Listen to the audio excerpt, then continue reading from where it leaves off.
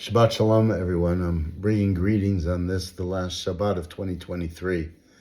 It doesn't have particular significance in the Jewish calendar or in our liturgy, but we are also living in a few cultures, and in American culture, New Year's Eve is a time of great celebration.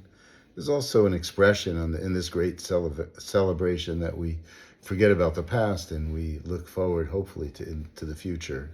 So un-Jewish, we might say, where remembering the past is such a critical component to our own identification and knowing who we are, and also considering what it is that and who it is that we want to be in the future. Anyway, it also happens to coincide with reading the last parsha in the book of Genesis, the book of Breshit, and it's Parshat Vayechi. And in this parsha, Jacob gives his final blessings to his sons. Before that takes place, Joseph, who was his favorite son, who was sold into slavery and rose to this position of power, comes and brings his two sons who were born in Egypt to their grandfather, to Yaakov, to Israel, and he asks for their blessing.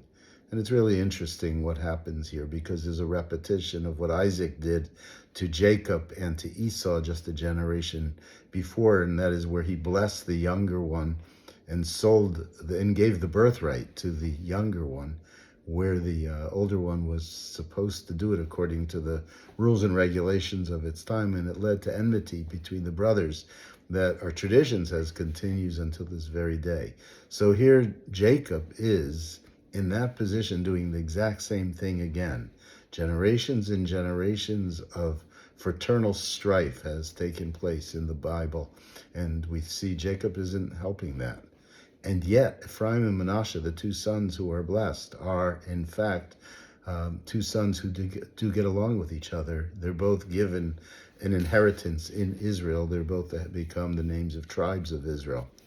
So something happens here. We're not quite sure what happens, but their response to this distinction is different than the previous brothers in Genesis.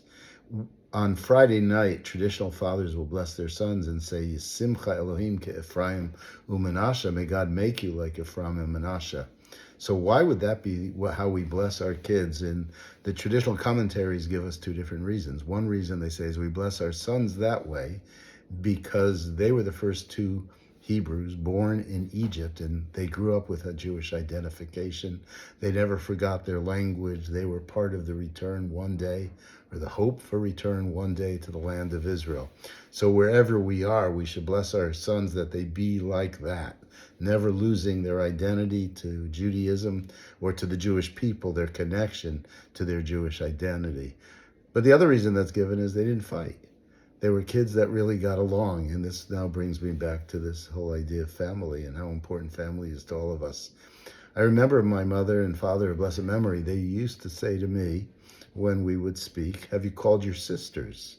And I know it was really important to them that I remained in touch with my sisters. I wanted to be in touch with them, but they expressed this great desire and this great sense of satisfaction and happiness when their grandkids would call each other or get together with each other. And that was so important. When my mother was quite old and my kids would visit her, she would say, have you spoken to Michael lately? Have you spoken to Jennifer? Have you spoken to Rob? She wanted to know that future generations were connected to each other, had relationships with each other, and loved each other.